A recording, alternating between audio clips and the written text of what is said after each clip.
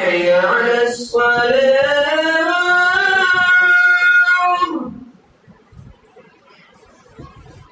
حي على الصلاة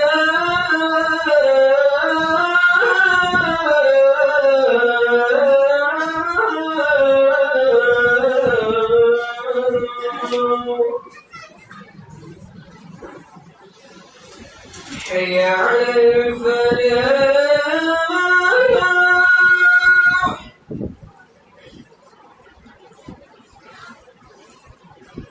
حي على الفلاح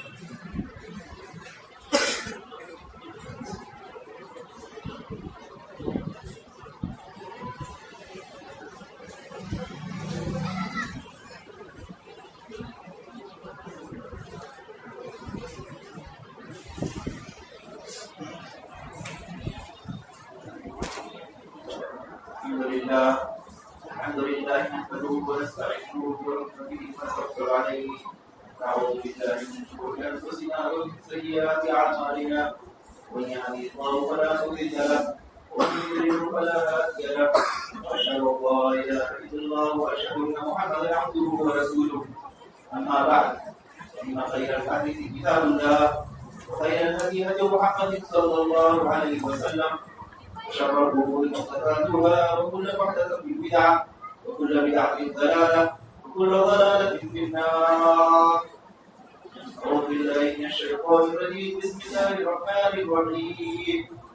القرآن المجيد بل عجبوا أن جاءهم منذر منهم فقال الكافرون هذا شيء عجيب فإذا متنا وكنا ترابا ذلك رجع بعيد قد علمنا ما تنقص الأرض منهم عندنا كتاب حفيظ بل كذبوا بالحق لما جاءهم في كل أمر مريض أفلم ينظروا إلى السماء فوقهم كيف بنيناها وزيناها وما لها من فروج والأرض مددناها وألقينا فيها رواسي وأنبتنا فيها من كل زوج كريم تبصرة وذكرى لكل عبد منيب ونزلنا من السماء ماء مباركا فأنبتنا به جنات وحب الحصيد والنخل باسقات لها طلع نضيد رزقا للعباد وأحيينا به بلدة ميتا كذلك الخروج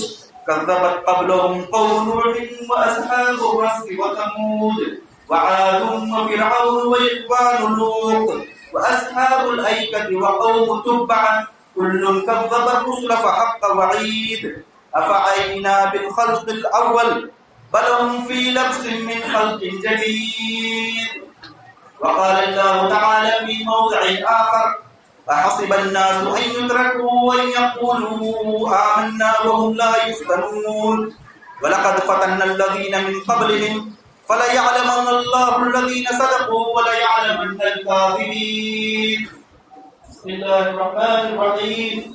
رب اشرح لي صدري ويسر لي أمري واحلل عقدة من لساني يفقهوا قولي.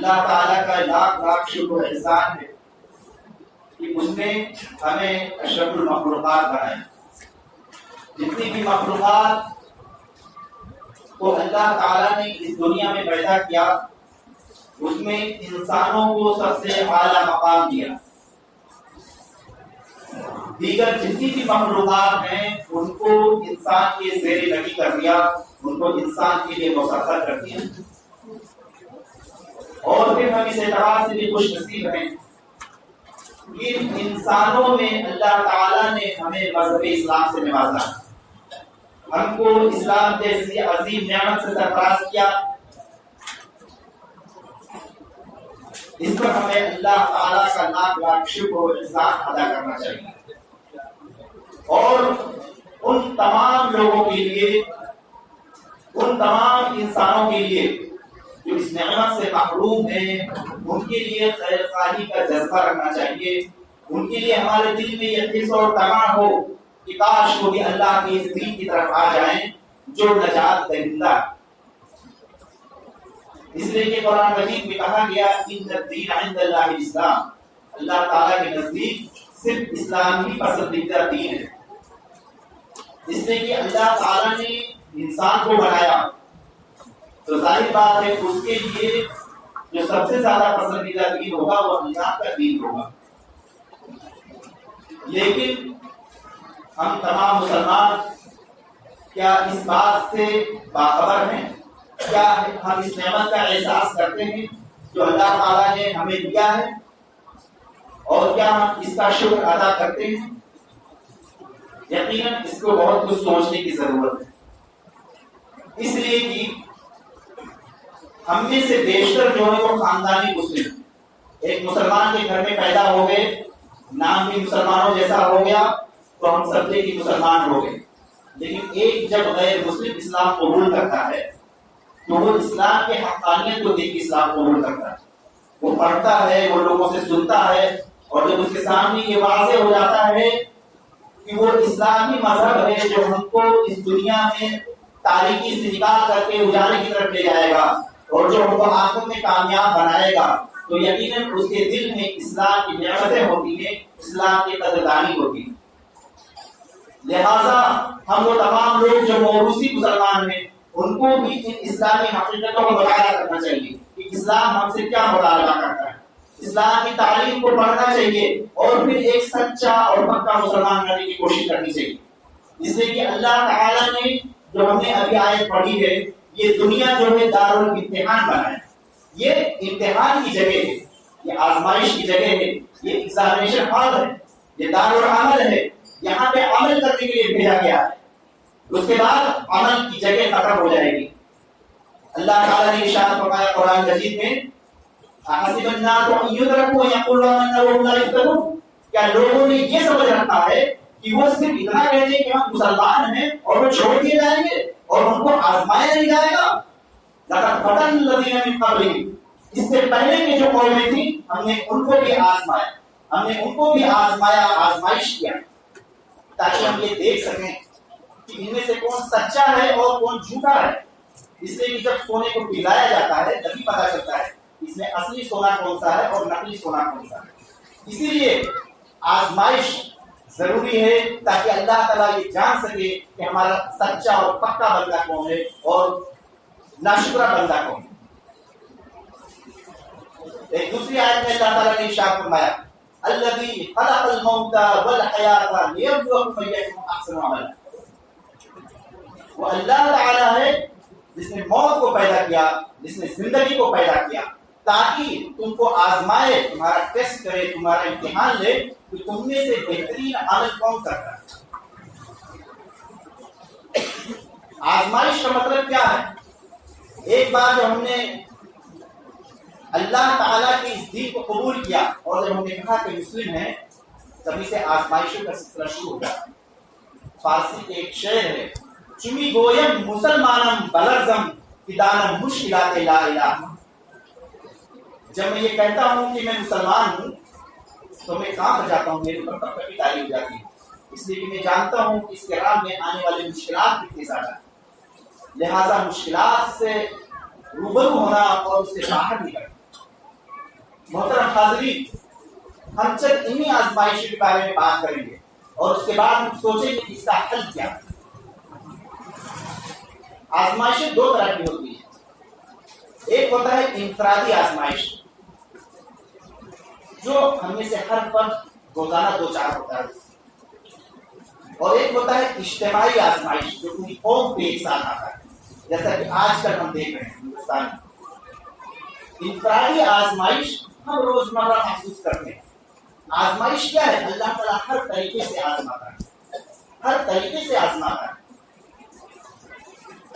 صرف مصیبتیں دے کر کے آزماتا نہیں ہے، بلکہ ہم کو آسائشیں دے کر کے بھی آزماتا ہے، ہم کو آرام دے کر کے بھی آزماتا ہے۔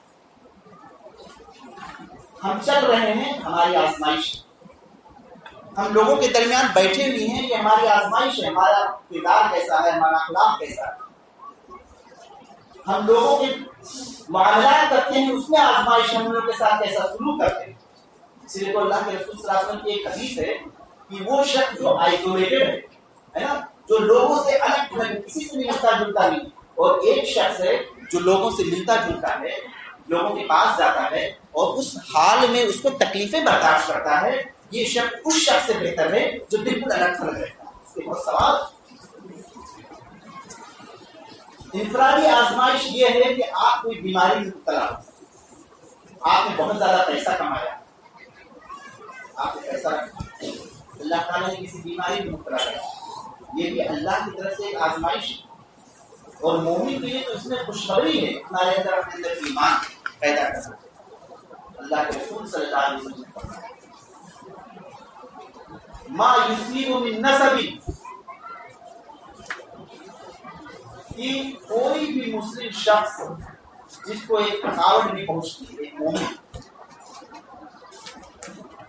اس کو کوئی تکلیف پہنچتی ہے، اس کو کوئی بیماری پہنچتی ہے، یہاں تک کہ اس کے پاؤں میں ایک کانٹا بھی چبھتا ہے، تو اللہ تعالیٰ اس کے بدلے اس کے گناہوں کو مٹا دیتا ہے۔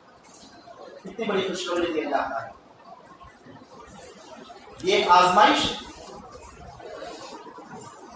وہ کون سا مومن ہے جو جزا فضا نہیں کرتا، جو صبر کا مظاہرہ کرتا ہے اور اللہ تعالیٰ کا جو بتائے ہوئے طریقے اس پہ چلتا ہے اور صبر کرتا ہے۔ اے اللہ، تو نے ہم کو یہ بیماری دی، تو بھی شفا دینے والا ہے، اور تو نے جس حال میں رکھا ہم خوش ہیں، اے اللہ ہم تیرا شکر بجا لاتے ہیں۔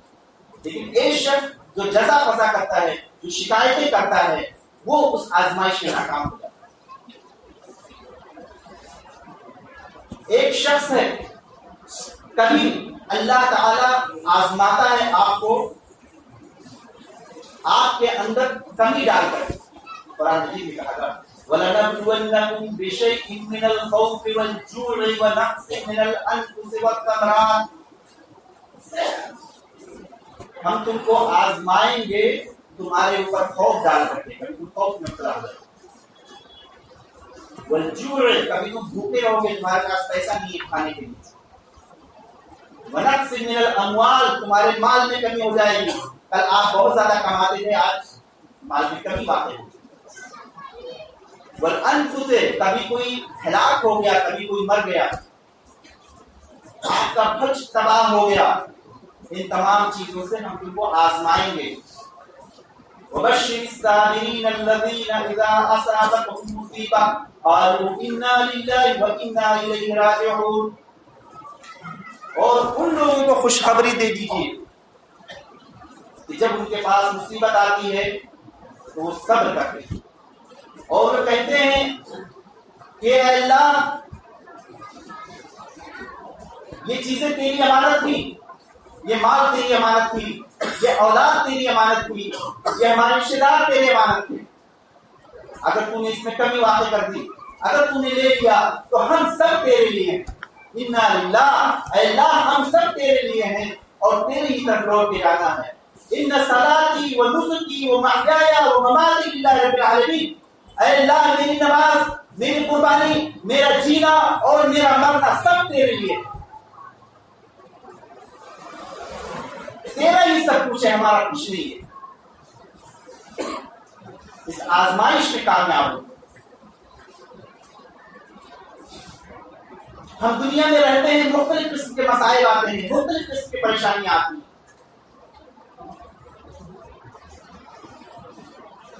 ان سے نبوت آزما ہونے کا طریقہ ہم کو اسلام ہی نے بتایا۔ جب اسلامی تعلیمات کو آپ پڑھیں گے اور اس پہ عمل کریں گے تو آپ کا ایمان مضبوط ہو جائے گا۔ اِذَا تُلِيَتْ عَلَيْهِمْ الْإِيمَانُ زَادَتْهُمْ إِيمَانًا وَإِذَا تُلِيَتْ عَلَيْهِمُ الْقُرْآنُ زَادَتْهُمْ إِيمَانًا وَإِذَا تُلِيَتْ عَلَيْهِمْ آيَاتُنَا، بہت سارے ایسے آیتیں ہیں کہ جب اللہ کے قرآن کی تلاوت کی جاتی ہے تو ان کے ایمان میں ذاتی واقع ہو جاتی ہے۔ ایک آزمائش کا طریقہ یہ ہے، اللہ تعالیٰ آپ کو خوشحالی دے کر کے آزماتا ہے۔ یقین جانیے اللہ تعالیٰ پیسے لے کے آزماتا ہے، پیسہ دے کر کے آزماتا ہے، غربت دے کر کے آزماتا ہے، امیری دے کر کے آزماتا ہے۔ حضرت عمر عبد الرحمن ابن عوف رضی اللہ تعالیٰ عنہ عشرہ مبشرہ میں سے، یہ ان صحابی میں سے ہیں، ان 10 صحابہ کرام میں سے جن کو اللہ تعالیٰ نے اس دنیا میں جنت کی خوشخبری دے دی تھی، جنت میں جاؤ۔ اب بتائیے جس کو جنت کی خوشخبری دی گئی ہو ان کی عبادت کا کیا حال ہے؟ آپ مہاجر ہیں، مکہ سے کافروں نے بھگا دیا ہے، ہجرت کر کے آ رہے ہیں۔ مکہ کی 13 سالہ زندگی میں مسلمانوں کو جو تکلیفیں دی گئی، جس طرح سے ستایا گیا، وہ دنیا انسانیت میں کبھی اس طرح سے نہیں ہوا۔ حضرت بلال حبشی رضی اللہ تعالیٰ عنہ کو آگ پہ لٹا دیا جاتا تھا اور کہا جاتا تھا کہ تم اللہ کی وحدانیت کا انکار کر دو، لیکن آپ کی زبان پہ آہت آ ہوا کرتا تھا کہ نہیں اللہ ایک۔ کیا اس سے زیادہ مسلمانوں پر کبھی مصیبت آ سکتی ہے؟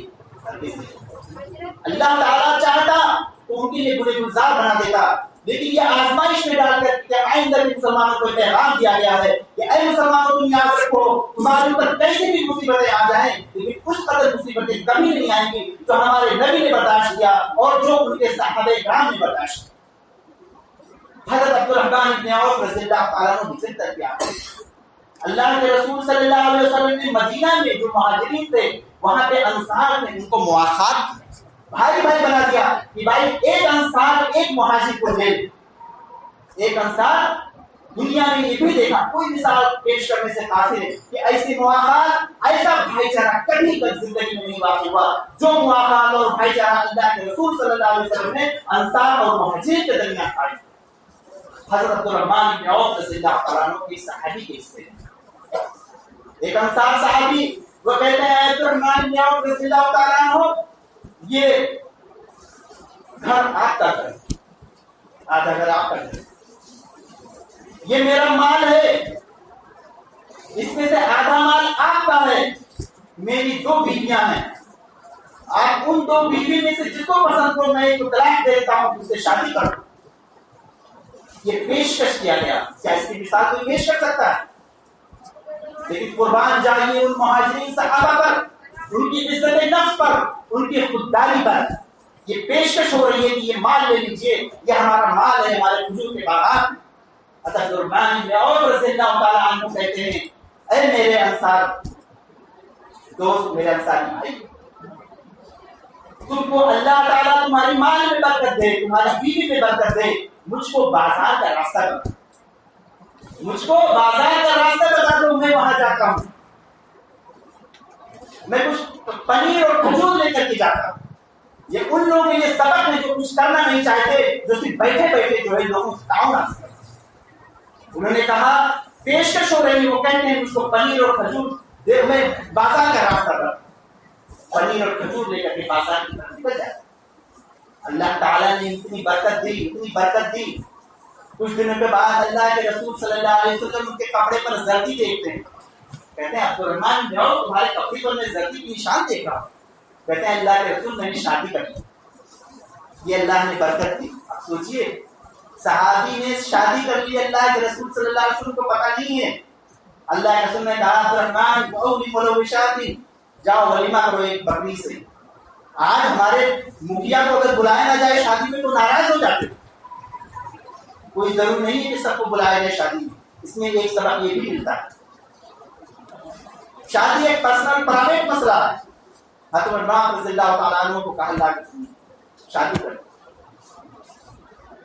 غزوہ احد میں حضرت الرحمن بن عوف رضی اللہ تعالیٰ عنہ شریک ہوئے، مصعب بن عمیر رضی اللہ تعالیٰ عنہ بھی شہید ہوئے، لڑائی ہوئی، حضرت حمزہ بن عبد المطلب آپ کے پیارے چچا بھی تھے.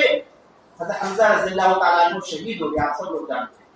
مصعب بن عمیر رضی اللہ تعالیٰ عنہ بھی شہید ہو گئے. مصعب بن عمیر رضی اللہ عنہ شک اللہ کے رسول صاحب سے بہت زیادہ ملتی جلی، کسی نے افواہ اڑا کے اللہ سے شہید ہو گئے. سارے صحابہ کرام آپ کے ایک جمع ہو.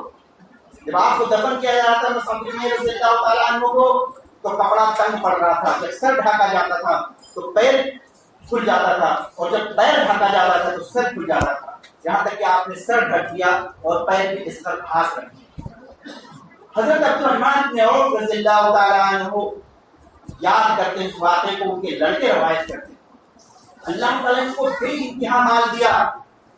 آپ روزے سے ہیں، افطار کا وقت ہے، طرح طرح کے لوازمات رکھے ہوئے ہیں.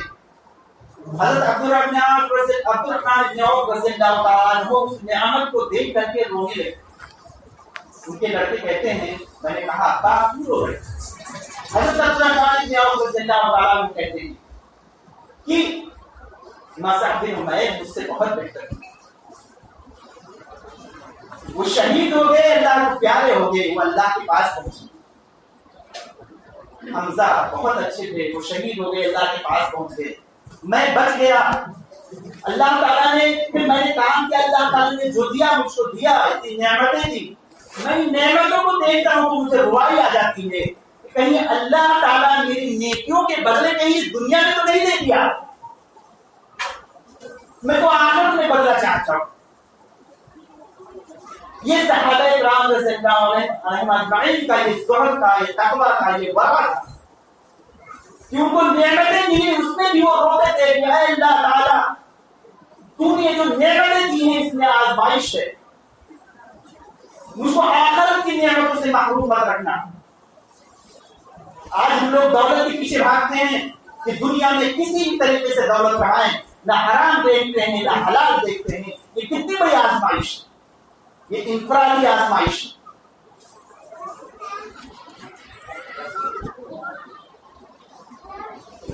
ایک حدیث میں آتا ہے کہ انسان کی اس وقت تک موت باقی نہیں ہوگی جب تک کہ جو کچھ جتنی روزی اس کے لیے لکھ نہ دی گئی ہو وہ مل نہ جائے. کیا ہمارا اللہ کے اوپر ایمان نہیں ہے؟ پھر ہم حرام طریقے کیوں اختیار کرتے ہیں؟ جب ہم کو اللہ تعالیٰ نے لکھ دیا ہے کہ ہم کو وہ روزی ملنی ہے تو اس لیے ہم حلال طریقے اختیار کریں تاکہ ہم اللہ تعالیٰ کے یہاں سرخرو ہو سکے.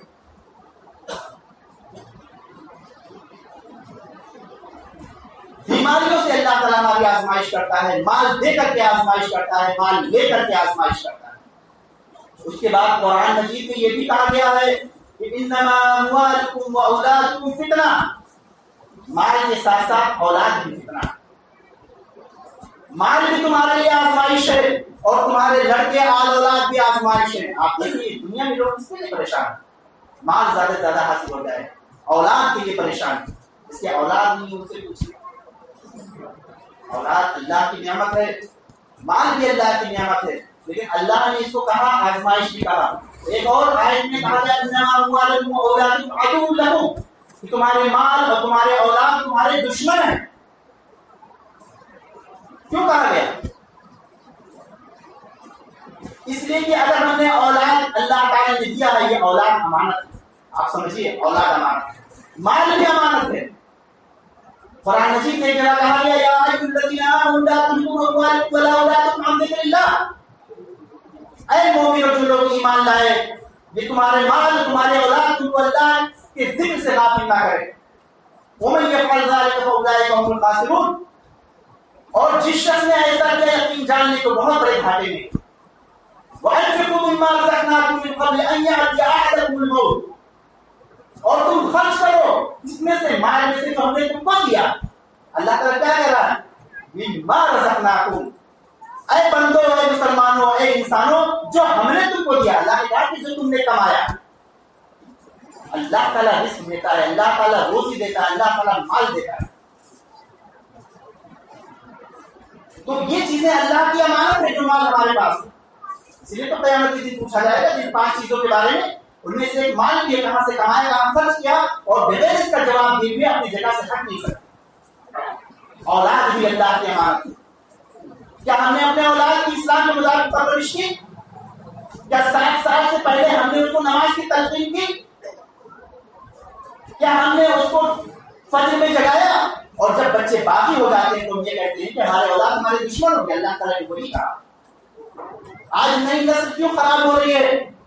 کہ ہم ان کی تربیت کے کوئی دھیان نہیں دیتے۔ یقین جانیے قرآن مجید میں کہا گیا ہے یا قوا انفسکم واہلیکم نارا وقودها الناس والحجارہ علیہا ملائکۃ غلاظ شداد۔ اے مسلمانوں، تم اپنے آپ کو جہنم کی آگ سے بچاؤ، اور صرف اپنے آپ کو نہیں، اپنے گھر والوں کو، اپنے آپ کو اور اپنے گھر والوں کو جہنم کی آگ سے بچاؤ۔ کس جہنم سے؟ جس کے ایندھن جو ہیں انسان ہیں اور بڑے بڑے پتھر، اس میں سخت ترین فرشتے ہوں گے جو بہت ہی مضبوط، بہت ہی خطرناک ہوں گے۔ یہ ہماری ذمہ داری بنتی ہے کہ ہم نئی نسل کو، یقین جانیے کہ آج کی اس دور میں برائیاں بہت عام ہیں۔ برائیوں سے ملوث ہونے کے بڑے اتحاد میں سے ایک موبائل ہے۔ آج پوری نوجوان نسل کو یہ خراب کر رہا ہے۔ اگر ہم نے اپنے نوجوان نسل کی اصلاح نہ کی تو یہ نسل جو ہے بیکار ہو جائے گا۔ اس کے بارے میں ہم کو بہت ہی ہوشیار رہنا، ہم کو بچپن سے ان کے دل میں اسلام کی اہمیت، اللہ کا خوف اور یہ تمام چیزیں پیدا کرنی جو اللہ کے رسول صلی اللہ علیہ وسلم نے بیان فرمایا۔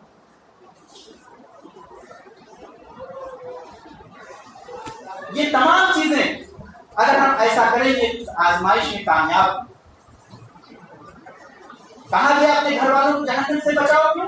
دوسرے حدیث میں اس کا بیان کیا گیا کہ خوش نصیب ہے وہ مرد جب وہ صبح جاگتا ہے تو اپنی بیوی کو جگاتا ہے اور نہیں جاگتی اس پر پانی چھڑک دیتا۔ اسی طرح سے خوش نصیب ہے عورت، ہماری مائیں اور بہنیں خواتین بھی ہیں، سن لیں، خوش نصیب ہے وہ عورت جو خود جاگتی ہے فجر میں اور اپنے شوہر پہ پانی چھڑکتی ہے جگانے کے لیے، اللہ تعالیٰ نے اس کے لیے کیا ثواب ہے۔ ایک اور چیز سمجھ لیں خواتین کے لیے جو شکایت آتی ہے کہ خطبہ کے دوران وہ گفتگو کرتی رہتی۔ دیکھیے جمعہ کا خطبہ یہ نماز کا حصہ ہے، جس طرح سے نماز میں گفتگو کرنا جائز نہیں ہے اسی طرح سے خطبہ کے دوران بھی گفتگو کرنا جائز نہیں ہے۔ یہ سبھی لوگ دھیان سے سنیں۔ یہاں تک کہ اگر کوئی چیز لایانی چیز میں مشغول ہو، کوئی بات کر رہا ہو تو اس کو آپ یہ بھی نہیں کہہ سکتے مت بات کرو، اس کے لیے بھی اللہ تک کے رسول صلی اللہ علیہ وسلم نے منع فرمایا۔ اس لیے خطبہ جب شروع ہو تو اس سے پہلے آنے کی کوشش کریں جمعہ کے آداب میں سے۔ جب خطبہ شروع ہو گیا خطبہ سے پہلے فرشتے رجسٹر لے کے بیٹھے رہتے اور جو آتا ہے اس کا نام لکھتے رہتے۔ خطبہ کے بعد جو شخص آیا اس کا نام رجسٹر میں نہیں ہے۔ اب جیسے NRC سے آپ باہر ہو گئے تو کیسے رہیں گے پھر؟ تو فرشتوں کے NRC سے آپ باہر ہو گئے، آپ سمجھیے خطبہ سے پہلے آنے کی کوشش تب آپ کا نام لکھا جائے گا۔ خطبہ شروع ہونے کے بعد آ گئے تو بہت ساری غلطیاں ہوں گی، آپ پوری تقریر نہیں سن پائیں گے، بیچ سے سنیں گے تو آپ کو پتہ نہیں چلے گا کہ خطیب نے کیا کہا ہے۔ اور دوسرا کہ آپ کا نام رجسٹر میں سے نماز کا سوال مل جائے گا۔ اس لیے ضروری ہے کہ ہم خطبہ شروع ہونے سے پہلے آنے کی کوشش کریں، اور جب آ جائیں تو 2 رکعت نماز میں سکون سے بیٹھیں اور خطبہ سنیں، خطبے کے دوران کسی کی بات نہ کریں۔ اور یہ بھی ضروری ہے منتظمین سے کہ خطبہ کا دورانیہ جو ہے آدھا گھنٹہ رکھیں، 45 منٹ زیادہ ہو جاتا ہے، اس لیے لوگ کہتے ہیں کہ اگر 10 منٹ رہے گا تو ہم جائیں گے۔ یہ میری ایک گزارش ہے، زیادہ تر علاقوں میں جو ہے آدھا ہی گھنٹہ رہتا ہے، تو یہ بھی جو ہے یہ سوچنے کی بہت ضرورت ہے، اور خواتین سے خاص طور سے کہ وہ خطبہ میں بہت ہی پرسکون ہو کر کے ان بیانات کو سنیں، اس لیے کہ وہ ہفتے میں ایک بار آتے یا 15 دن میں یا مہینے میں ایک بار آتے، تو ان کے لیے اچھا موقع ہے۔ اور خواتین کے لیے تو اللہ کے رسول صلی اللہ علیہ وسلم نے خوشخبری دی ہے۔ آپ 2 حدیثیں میں ان کے تعلق سے بیان کرتا ہوں۔ اللہ کے رسول صلی اللہ علیہ وسلم نے فرمایا جنت میں داخل ہونے کا آسان طریقہ، اذا صلت المرأة خمسها وصامت شهرها وحسنت فرجها وطاعت بعلها دخلت من ابواب الجنة الشهر۔ ایک عورت اگر وہ 5 وقت کی نماز پڑھتی ہے، رمضان کے روزے رکھتی ہے، اپنے شرمگاہ کی حفاظت کرتی ہے اور اپنے شوہر کی اطاعت کرتی ہے، یہ بہت ضروری ہے۔ آج کل اس میں زیادہ تر 80% عورتیں فیل ہیں، اپنے شوہر کی اطاعت کرتی ہے۔ یہ 4 چیزیں اگر ہیں تو اللہ کے رسول صلی اللہ علیہ وسلم نے فرمایا قیامت کی جنت کے جس دروازے سے چاہے تو وہ داخل ہو جائے، جس دروازے سے۔ کتنے بڑی خوشخبری دی ہے۔ لیکن شوہر کی اطاعت انہی معاملات میں ضروری ہے جس کو اللہ تعالیٰ نے، اللہ کے رسول صلی اللہ علیہ وسلم نے جائز ٹھہرایا ہے، اس لیے کہ لا طاعت لمخلوق فی معصیت الخالق، جہاں اللہ تعالیٰ کی نافرمانی ہو رہی ہو وہاں کسی مخلوق کی اطاعت جائز نہیں ہے. ماں باپ شوہر اگر اللہ کے خلاف کسی چیز کا حکم دے تو اس کی اطاعت ہرگز جائز نہیں ہے. اسی طرح سے ایک حدیث میں بیان کیا خیر النساء اذا نظرت الیہ سرت کا، سب سے بہترین عورت دنیا میں وہ ہے کہ جب شوہر اس کی طرف دیکھے تو اس کو خوش کر دے، جب اس کو کسی چیز کا شوہر حکم دے تو اس کی اطاعت کرے، اور جب وہ غیر حاضر ہو گھر سے باہر ہو تو وہ اپنے آپ کی حفاظت کرے، اپنے نفس کی حفاظت کرے اور شوہر کے مال کی حفاظت کرے. کتنی بڑی چیز کہہ دی کہ شوہر کے مال کی بھی حفاظت کرنا اس کی ذمہ داری ہے، یہ نہیں کہ اندھا دھند طریقے سے خرچ کرتی رہے. پھر اس کے بعد اللہ کے رسول صلی اللہ علیہ وسلم نے یہ آیت تلاوت کی کہ الرجال قوامون علی النساء، کہ مرد کو عورتوں کی نگہبانی دی گئی.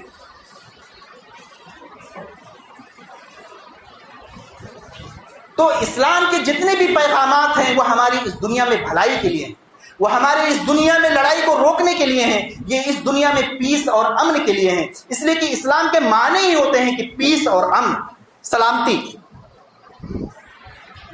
لہذا جتنے بھی پیغامات ہیں، جتنی بھی چیزیں ہیں وہ صرف امن اور سلامتی کے لیے ہیں. جب ہم اسلام پہ عمل کریں گے تو خاندان میں کوئی جھگڑا نہیں ہوگا، فیملی میں کوئی جھگڑا نہیں ہوگا، ملک میں کوئی جھگڑا نہیں ہوگا. اس لیے کہ سب کی اپنی اپنی ذمہ داریاں ہیں، اپنے اپنے فرائض ہیں.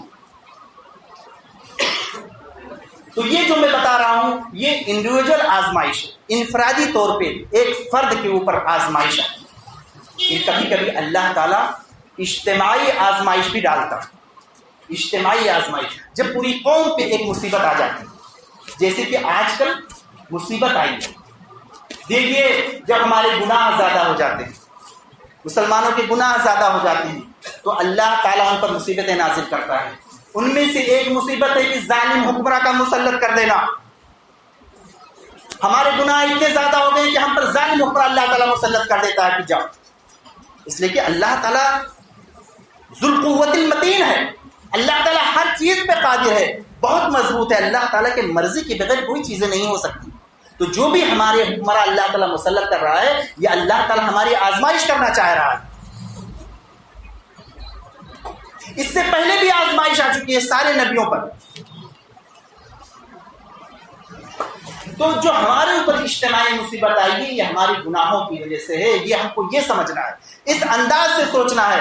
اور ہم کو پیوریفیکیشن کے لیے اللہ تعالیٰ نے کیا ہے، ہم کو جو ہے تطہیر کے لیے کیا ہے، ہم کو پاک کرنے کے لیے کیا ہے کہ ہم اللہ کی طرف رجوع ہو جائیں، اللہ کی طرف رجوع ہو جائیں. آج جو ہے میں تھوڑا سا بیان کرنا چاہتا ہوں اس کا ڈیٹیل جو ہمارے پر مصیبت آئی ہے. آج NPR ہے، نیشنل پاپولیشن رجسٹر، NRC کا ہے، نیشنل رجسٹریشن آف سٹیزنز، اور CAA. ذرا آپ اس کو سمجھیے.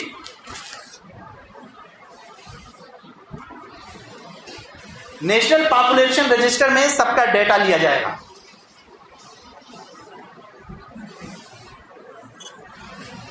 اور پھر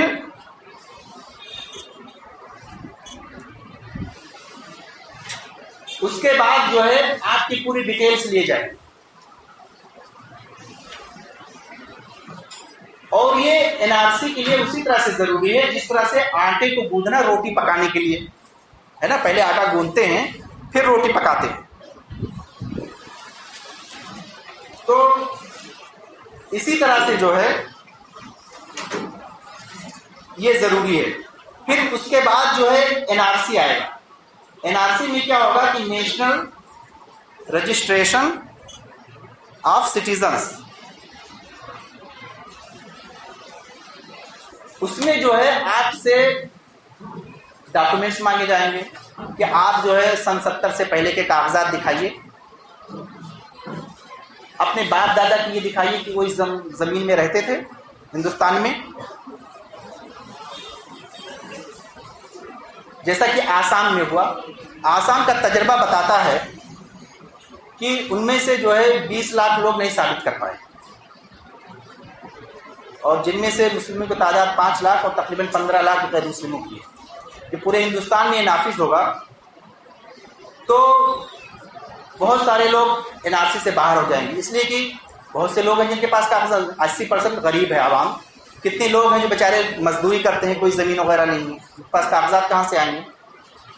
اور اگر جن کے پاس ہے بھی ڈاکومنٹس ان میں کہیں اسپیلنگ کی غلطی ہے، کہیں ای ہے اے ہے، کچھ بھی فرق، زیادہ تر لوگوں میں آپ دیکھیے Aadhaar card voter I D card تو اس میں بہت سارے ہیں، تو وہ سب این آر سی سے باہر آ جائیں۔ ایک بار جب وہ باہر آ گئے تو پھر کیا ہوگا، وہ سٹیزنز نہیں رہے گئے، ان کی زمینیں ضبط کر لی جائیں گی، ان کے بینک اکاؤنٹ سیل کر دیے جائیں گے اور ان کو اپنے گھروں سے اٹھا لیا جائے گا، ان کو ڈیٹینشن کیمپ پہ رکھ دیا جائے گا۔ اس کے بعد آتا ہے CAA، سٹیزن امینڈمنٹ۔ اس میں یہ ہے کہ پہلی بار جو ہے ہندوستان میں مذہب کی بنیاد پہ کوئی قانون بنایا گیا، یعنی مسلم کے علاوہ جو 5-6 مذاہب ہیں ان کا نام دے دیا گیا ہے کہ ان کو جو ہے اپنے آپ کو ودیشی ثابت کرنا ہوگا، پھر ہم ان کو بیک ڈور سے دیں گے۔ اب کیا ہوگا، دیکھیے کتنا بڑا خطرہ ہے، کتنے غریب مسلم ہوں گے بیچارے، ان سے کہا جائے گا اگر تم شہریت چاہتے ہو تو مذہب کے خانے میں کیا لکھو گے، ہندو، سکھ، عیسائی، پارسی۔ ہم میں سے کتنے مسلم ہیں جو پکے مسلم ہیں؟ بھئی 20% ہوں گے پکے مسلم جن کا ایمان مضبوط ہوگا، زیادہ کہتے ہیں بھیا ہندو لکھ لو، ارتداد کی لہر دوڑ جائے گی، لوگ اپنے آپ کو ہندو کہلانے میں فخر محسوس، بھئی مل رہی ہے نا۔ ایسے وقت میں بہت بڑی آزمائش ہے، بہت بڑی آزمائش ہے، اس لیے ہم کو سچا اور پکا مسلمان بننا ہے۔ اس سے پہلے کیوں جو قرآن مجید میں اس کا پورا نقشہ ہے، دیکھیے اللہ تعالیٰ کیا فرماتا ہے، وقال الذین کفروا لرسلہم لنخرجنکم من ارضنا۔ کافروں نے کہا رسولوں سے یعنی مسلمانوں سے اور ان کے ماننے والوں سے، کیا کہا کافروں نے، کہ ہم تم کو اپنی زمین سے نکال دیں گے، NRC ہم تم کو اپنی زمین سے نکال دیں گے۔ آج وہی ہو رہا ہے ہم لوگوں کے ساتھ، ورنہ لتعودن فی ملتنا، یا تو تم ہمارے مذہب پہ آ جاؤ، سمجھے، یہ بیک ڈور سے یہ سازش، تم یا تو ہندو دھرم قبول کر لو یا سکھ عیسائی جو بھی ہیں، ورنہ ہماری زمین سے نکل جاؤ۔ اللہ تعالیٰ نے کیا کہہ رہا ہے، فَأَوْحَىٰ إِلَيْهِمْ رَبُّهُمْ لَنُهْلِكَنَّ الظَّالِمِينَ۔ مسلمانوں ایمان رکھو، اللہ پہ بھروسہ رکھو۔ اللہ تعالیٰ نے ان کی طرف وحی کیا، ان کے رب نے وحی کیا، کیا کہا اللہ تعالیٰ نے، لَنُهْلِكَنَّ الظَّالِمِينَ، ہم ظالموں کو ہلاک کر دیں گے۔ یہ اللہ تعالیٰ کا وعدہ ہے، اے مسلمانوں تم سچے پکے مومن بن جاؤ، تم اللہ پہ بھروسہ رکھو۔ اور اللہ تعالیٰ کیا کہہ رہا ہے، وَلَنُسْكِنَنَّكُمُ الْأَرْضَ مِن بَعْدِهِمْ، اور ہم زمین پہ بسائیں گے ان کے بعد مسلمانوں سے۔ کون ہوتا ہے نکالنے والا تم کو؟ تمہارا رب خود تم کو سٹیزنشپ دے گا، لیکن شرط پوری کرنی ہوگی۔ کون سی شرط؟ ذَلِكَ لِمَنْ خَافَ مَقَامِي وَخَافَ وَعِيدِ، ہم اس شخص کو سٹیزنشپ دیں گے، اس ملک میں رکھیں گے جو شخص مجھ سے خوف کھاتا ہے، میرے سامنے آنے سے ڈرتا ہے، میرے وعیدوں سے ڈرتا ہے، میرے بتائے ہوئے راستے پر چلتا ہے۔ دیکھیے مسئلہ واضح ہو گیا، حل کیا ہے، علاج کیا ہے، علاج ہمیں ڈھونڈنا ہو۔ میرے بھائیوں، اسلامی بھائیوں اور خواتین و حضرات، آپ بھی جان لیجئے کہ اس دنیا میں ہر ایک کو موت آنی ہے، جو بھی آیا ہے اس دنیا میں اس کو جانا ہے۔ ہم دیکھتے ہیں لیکن ہم احساس نہیں کرتے، ہم احساس نہیں کرتے، 100 سال کی زندگی سے پہلے چلے جاتے۔ ہم کو اس بات کا احساس ہونا چاہیے کہ الذی خلق الموت والحیات لیبلوکم ایکم احسن عملا، کہ وہ اللہ ہی تعالیٰ ہے جس نے موت اور حیات کو پیدا کیا۔ ہر ملک ماس کی ملک خدائے ماس، پوری زمین ہماری ہے کیونکہ پوری زمین ہمارے اللہ کی ہے۔ ہم تو اس زمین کے بہت بڑے وفادار ہیں کہ ہماری نماز بھی اس وقت تک قبول نہیں ہوتی ہے جب تک ہم اپنی پیشانی کو اس ہندوستان کی سرزمین پر 5 وقت رگڑتے نہیں۔ ہم سے بڑھ کر وفادار کون ہوگا اس ملک کا؟ یہ ہمارا ملک بہت ہی خوبصورت ملک ہے، بہت ہی بہترین ملک ہے، دنیا میں کوئی ایسا ملک نہیں۔ کیوں؟ ہم وجہ بتاتے ہیں، ہمارے ملک میں آزادی ہے، بہت بڑی آزادی جس کو سب لوگوں نے مل کر کے ساتھ میں لڑا۔ یہاں صدیوں سے سب لوگ ایک ساتھ رہتے چلے آ رہے ہیں، ہر قوم کے لوگوں نے اس میں کنٹریبیوٹ کیا ہے۔ اس ملک میں 700 سے زیادہ زبانیں بولی جاتی ہیں اور 700 سے زیادہ مذاہب ہیں، مسائل، لوگوں کی طرز معاشرت ہے، لوگوں کی طرز زندگی ہے، لوگوں کی تہذیب ہے۔ یہاں ایک کسی کی تہذیب نہیں ہے، ہندو کوئی مذہب نہیں بلکہ کئی تہذیبوں سے مل کر بنا ہے۔ آپ نارتھ کے ہندو کو دیجیے، ساؤتھ کے ہندو کو دیجیے، زمین آسمان کا فرق ہے ان کے رہائش میں، ان کے طرز معاشرت۔ آج آسام کے لوگ بھی احتجاج کر رہے ہیں کہ وہ بھی ہندو ہیں، لیکن وہ کہہ رہے ہیں کہ ہماری معاشرت پہ حملہ ہے، ہماری ثقافت پہ حملہ ہے۔ ہندوستان ایک بہترین اور خوبصورت ملک ہے، یہاں پر ایک دوسرے کو بھی آزادی ہے کہ مسجد میں آئے یا مسجد سے باہر جائے، نماز پڑھے یا نہ پڑھے. کتنے ممالک میں زبردستی نماز پڑھائی جاتی ہے نا، پتا ہے نا. سعودی عرب میں نماز پڑھتے ہوئے اگر باہر نکلے نماز کے وقت آپ کو پوچھ لی جائے. یہاں آپ کو آزادی ہے. کیوں آزادی ہے؟ تاکہ قیامت کے دن اللہ آپ سے پوچھ سکے ہم نے تم کو آزادی دی ہے کہ تم نماز پڑھو یا نہ پڑھو، تم کس گروپ میں. اگر مجبور کر دیا جائے گا تو امتحان کیسا؟ آپ پر زبردستی لا دیا جائے گا نماز پڑھو، آپ کی امتحان کیسا؟ اس لیے آزادی ہے اس ملک میں. اس ملک میں آزادی، آپ مذہب مانو یا نہ مانو، آپ کوئی بھی مذہب نہیں مان سکتے. مذہب کے خانے میں کچھ لوگ ہیں نا مذہب نہیں مانتے، کمیونسٹ ہیں، دہریاں ہیں، ملحد ہیں، اس کا مطلب کچھ ریلیشن سے باہر کر دیا جائے. ہر طرح کی آزادی ہے یہاں پر، چلنے کی آزادی، پھرنے کی آزادی، بس اس آزادی سے آپ دوسرے کو تکلیف نہ پہنچائیں. اس لیے آج اس کی آزادی پر بحیثیت مسلمان ہو کر کے ہماری ذمہ داری کیا ہے؟ ہماری ذمہ داری ہے کہ اللہ کی طرف رجوع، اپنے گناہوں کی معافی مانگے. یقین جانیے دعاؤں میں بہت بڑی طاقت ہے، دعاؤں میں بہت بڑی طاقت ہے. اگر ہم یہ دنیا مسبب اسباب بھی ہے، اسباب کے تحت ہوتا ہے. بارک اللہ لنا ولکم فی القرآن العظیم وإياكم بالآیات والذکر الحکیم.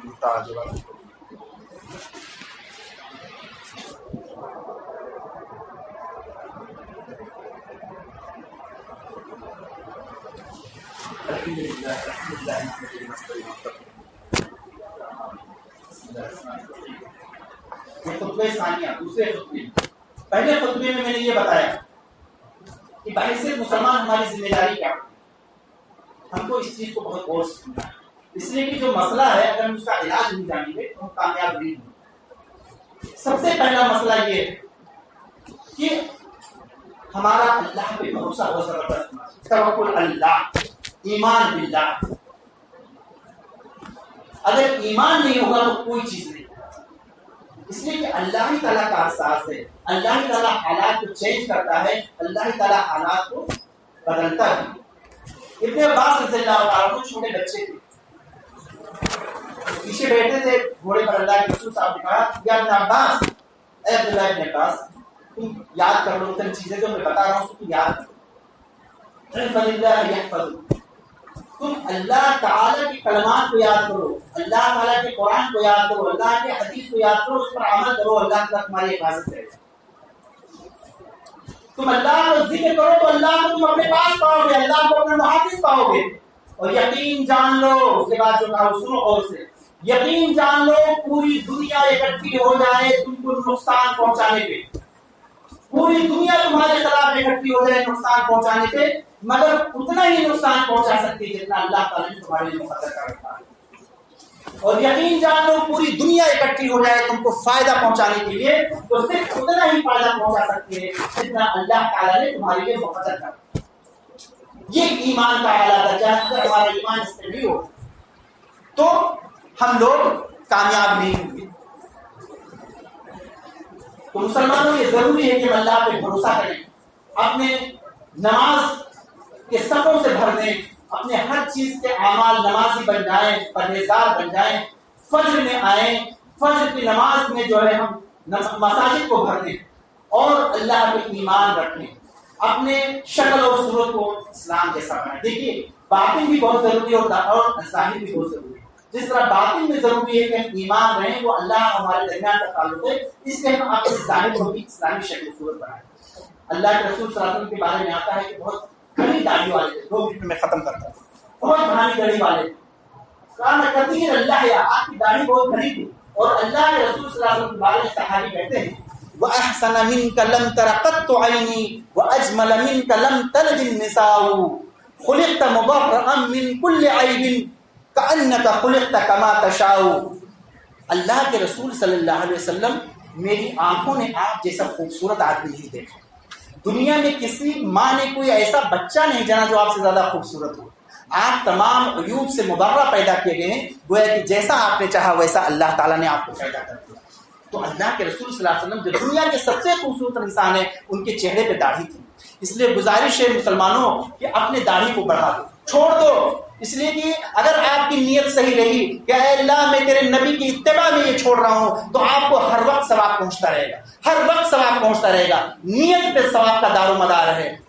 اور اگر آپ ڈیلی اس کو شیئر کرتے رہے تو یہ گناہ اتنا زیادہ ہو جاتا ہے کہ حدیث میں ہے کہ دل میں ایک نقطہ پیدا ہو جاتا ہے، پھر وہ دھیرے دھیرے جب بار بار گناہ کرتا رہتا ہے تو نقطہ بڑھ کر کے بہت بڑا ہو جاتا ہے اور پورے دل کو کور کر لیتا ہے۔ تو اس لیے ضروری ہے کہ ہم اپنے باطن کو بھی اسلام کے مطابق لائیں اور اپنے ظاہر کو بھی اسلام کے مطابق لائیں۔ تو سب سے پہلے ہم اس پر عمل کریں اور اس کے بعد علاج یہ ہے کہ ہم جو ہمارے غیر مسلم بھائی ہیں ان کے ساتھ تعاون کریں، اس لیے کہ یہ ان کے لیے بھی بہت بڑا مسئلہ ہے۔ اس NRC سے جتنے بھی دلت اور جو پچھڑے طبقے ہیں ان تمام لوگوں کی ریزرویشن ختم ہو جائے گی۔ ضروری ہے کہ ہم اپنے میں ابو طالب، متا بن عدی اس جیسے لوگ تلاش کریں جو وہ غیر مسلم حضرات جو مسلمانوں کے موافق ہیں، تو سب کو مل کر کے یہ لڑائی لڑنی ہوگی۔ تو اسباب کے ساتھ ساتھ ہمارا ایمان اور دعائیں بھی بہت ضروری ہیں۔ ہم دعائیں کریں، اس لیے کہ اللہ کے رسول صلی اللہ علیہ وسلم کو غزوہ بدر میں ایک دن پہلے بتا دیا گیا تھا کہ یہ فلاں جگہ کفار شہید ہوں گے، اس جگہ لاش بھی پائی جائے گی، ہے نا۔ اگلے دن بتا دیا گیا، ایک دن پہلے آپ کو پتا تھا کہ مسلمانوں کی فتح ہوگی، فرشتے آ کے بتا دی۔ اس کے باوجود اللہ کے رسول صلی اللہ علیہ وسلم سجدے میں سر رکھ کر کے رو رہے ہیں اور اللہ سے دعا کر رہے ہیں کہ اے اللہ، اگر یہ تیری مٹھی پر جماعت ہلاک ہو گئی تو اس دنیا میں کوئی قافلہ نہیں ہوگا جو اس زمین پر تیری عبادت کرے۔ یہ دعاؤں کی اہمیت ہے۔ تو ہم لوگ جب تک نماز نہیں پڑھیں گے، جب تک ایمان مضبوط نہیں ہوگا، جب تک ہم نے ظاہر کو اللہ کے رسول صلی اللہ علیہ وسلم کے مطابق نہیں کریں گے، تب تک ہماری دعائیں کیسے قبول ہوں گی؟ تو دعا بہت ضروری ہے، دعاؤں میں بہت طاقت ہوتی ہے۔ تو ہم اپنے اعمال کو بدلیں، ہم یہ سمجھیں اللہ تعالیٰ ہمارے اوپر یہ آزمائش لے رہا ہے، ہمارے اوپر ظالم حکمران مسلط کر کے، اور اللہ تعالیٰ ہم کو یہ موقع دے رہا ہے کہ دیکھیں میرا بندہ جو ہے ہمارے دین کی طرف کتنا رجوع ہوتا ہے۔ اللہ تعالیٰ سے ہم دعا کریں کہ اے اللہ ہمارے سارے اعمال کو اچھا کر دے، ہم کو صراط مستقیم پر چلا۔ اے اللہ ہم میں سے جو مسلمان اسلام سے دور ہو رہے ہیں ان کو اپنے دین کی طرف لے آ۔ اے اللہ تمہیں اپنا بنا لے۔ اے اللہ ہمارے گناہوں کو بخش دے، ہم کو نیکیوں پر عمل کرنے کی توفیق عطا فرما۔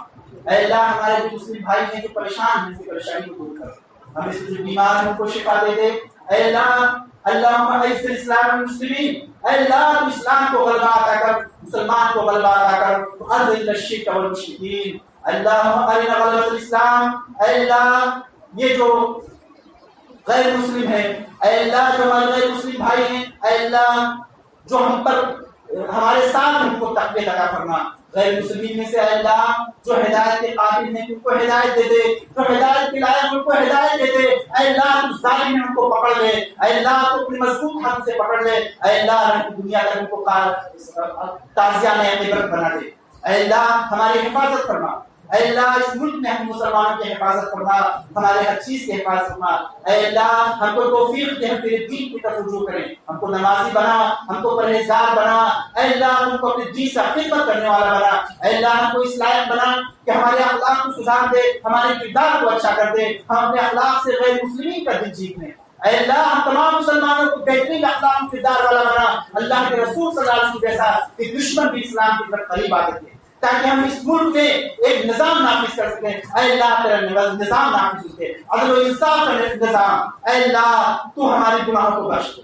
اے اللہ ہم بہت گنہگار ہیں، اے اللہ ہماری گناہیں بہت زیادہ ہیں لیکن تیری رحمت بہت بڑی ہے۔ اے اللہ رحمتی وسعت کل شیء، اے اللہ تیری رحمت بہت بڑی ہے۔ اے اللہ تو رحمت سے ہم کو ڈھانپ لے۔ اے اللہ تو نے قرآن مجید میں کہا ہے لا تقنطوا من رحمت اللہ، قل یا عبادی الذین اسرفوا علی انفسہم لا تقنطوا من رحمت اللہ۔ اللہ تعالیٰ کہہ رہا ہے کہ اے نبی صلی اللہ علیہ وسلم میرے بندوں سے فرما دیجیے کہ جنہوں نے اپنے آپ پر ظلم کیا ہے، جن کی گناہیں بہت زیادہ ہو گئی ہیں، وہ گھبراؤ مت، تم اللہ کی رحمت سے مایوس نہ ہو، ایک بار تم میری طرف پلٹ کر کے دیکھو، ہم تمہارے گناہوں کو بخش دیں گے، ہم تم کو جنت میں داخل کر دیں۔ اے اللہ ہم تمام مسلمانوں کو اس کی توفیق دے۔ اے اللہ ہم کو شیطان کی شر سے محفوظ رکھ، اس لیے کہ شیطان ہماری رگوں میں خون کی طرح دوڑ رہا ہے، شیطان سے حفاظت فرما۔ اللہم انی اعوذ بک من شرورہ، اے اللہ تو ہماری حفاظت فرما، اے اللہ تو ہماری حفاظت فرما۔ اے اللہ ہماری دنیا اور آخرت میں کامیابی عطا فرما۔ دنیا تو کسی نہ کسی طرح گزر جاتی ہے، اے اللہ تم کو آخرت میں کامیاب بنا، اے اللہ تم کو آخرت میں کامیاب بنا، اے اللہ تم کو آخرت میں کامیاب بنا۔ اے اللہ تو ہم کو اپنے صراط مستقیم پر چلنے کی توفیق عطا فرما۔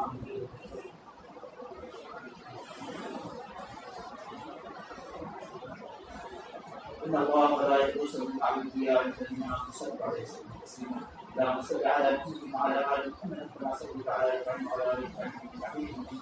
اللهم بارك على محمد وعلى ال محمد كما باركت على ابراهيم وعلى ال ابراهيم انك حميد مجيد ان الله يامر بالعدل والاحسان وايتاء ذي القربى عن الفحشاء والمنكر ويعظكم لعلكم تذكرون ولذكر الله اكبر